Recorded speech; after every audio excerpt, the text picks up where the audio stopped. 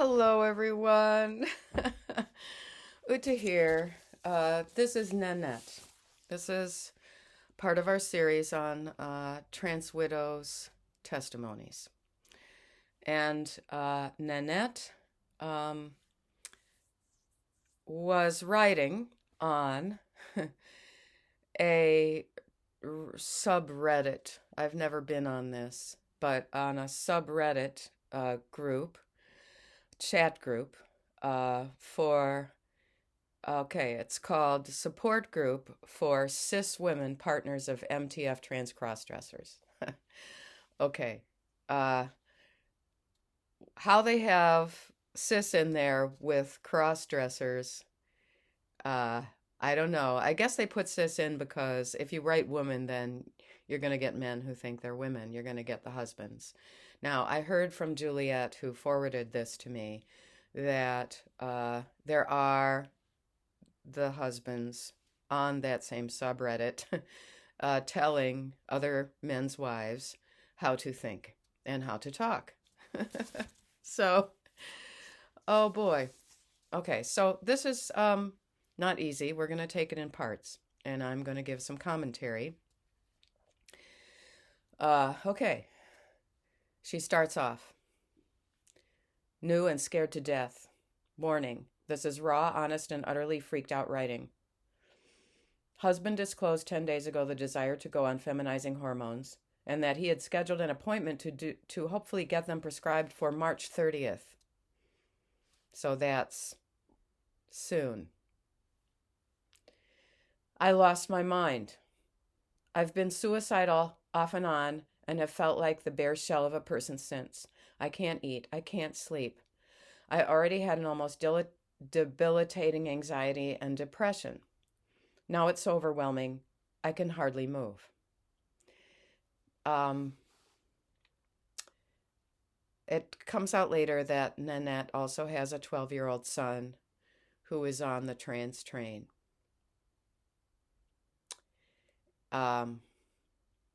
And then I guess a 9-year-old daughter.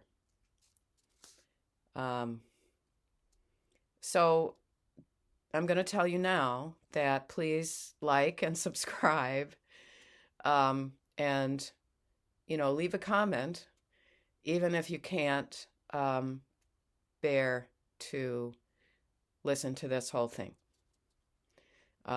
She's somewhere in the U.S. I always imagine that it's California if it's this kind of a story. But, it could be anywhere. There's another person who got in contact with me who said 7 of an 8-friend group that she grew up with in not the West Coast in the U.S., 7 of her friends who are in their 20s are going on the trans train. Now, that says social contagion. Back to Nanette.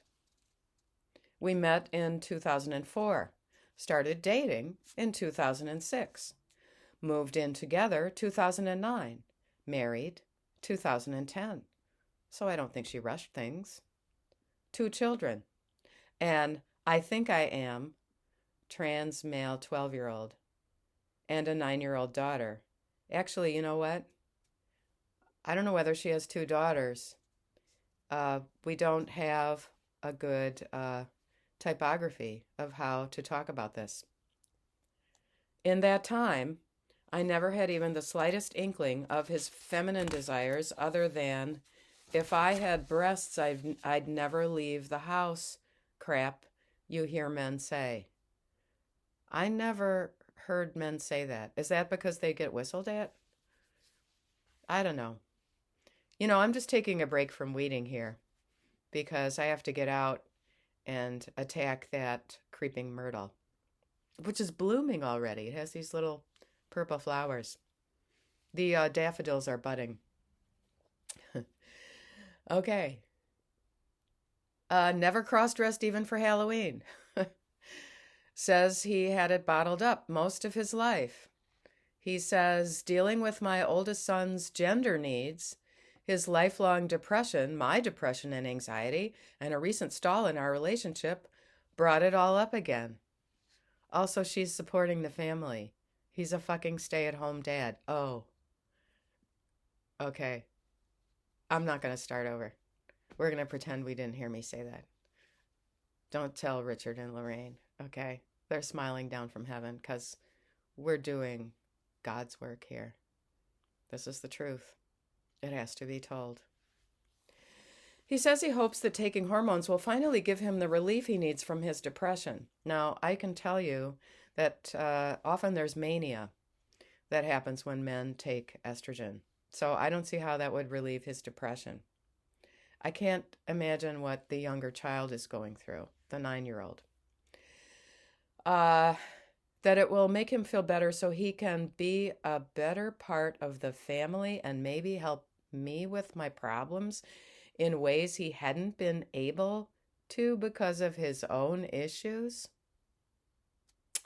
Where's the logic?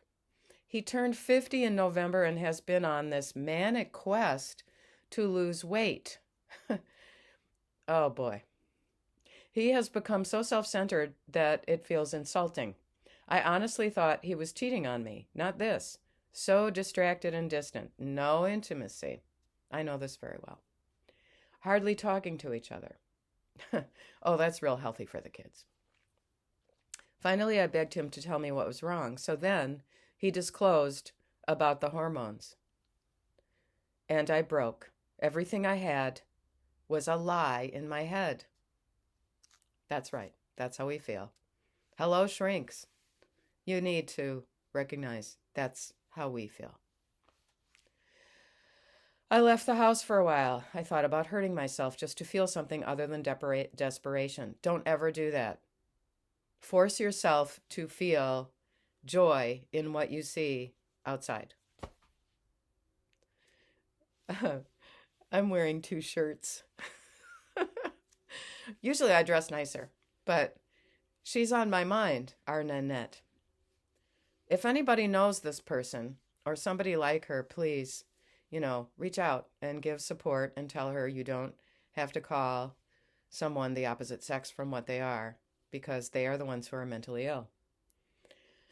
Okay, I called a suicide hotline. That felt useless, but eventually I calmed down.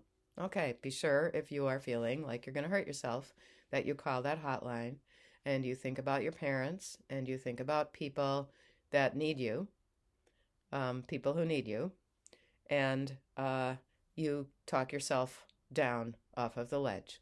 It is immoral and unethical to kill yourself. That's true. It just is. I stayed out without telling anyone where I was, just walking for hours. Finally, he noticed and called to try and find me. I let him pick me up and bring me home. I slept on the couch, if you can call what I got as sleep. The next day was my oldest's 12th birthday. I'm going to stop there. I think this is real. I don't think it's being made up.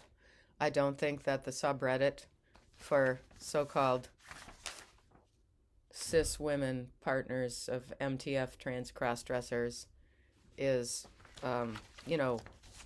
full of people who make stuff up, because I don't know why. Why would you make this up? You can't make this up. Okay. Bye. Be well always in mind and body.